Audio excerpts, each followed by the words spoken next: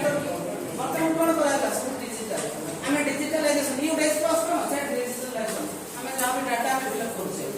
हला a skill गुडा ऊपर हमको दक्ष होना पड़िबो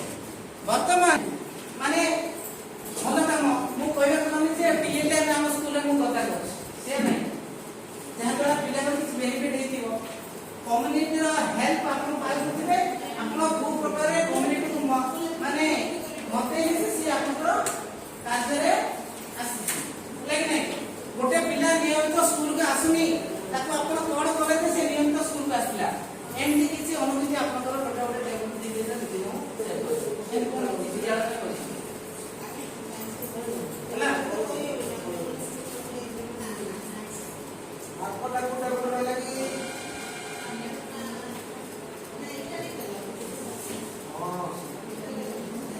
प्रश्न